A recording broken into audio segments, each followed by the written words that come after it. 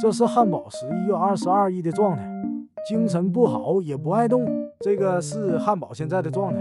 当时狗狗出现症状后，我马上询问我的一个养金毛的朋友，他给我推荐了这个乐宝软骨素。如果狗狗走路后蹄颤抖、小羊跳不太，可能就是关节问题的信号。我看乐宝家有双重硫酸软骨素，小分子高效渗透，大分子持久吸收，两者搭配是半功倍。我家汉堡吃了1个礼拜有明显改善，而且像我朋友养金毛这一类本身髋关节就容易出现问题，所以关节养护真的要趁早。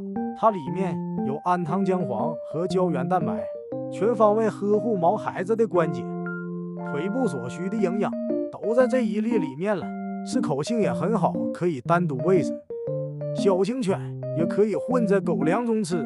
养狗家庭真心建议常备乐宝软骨素。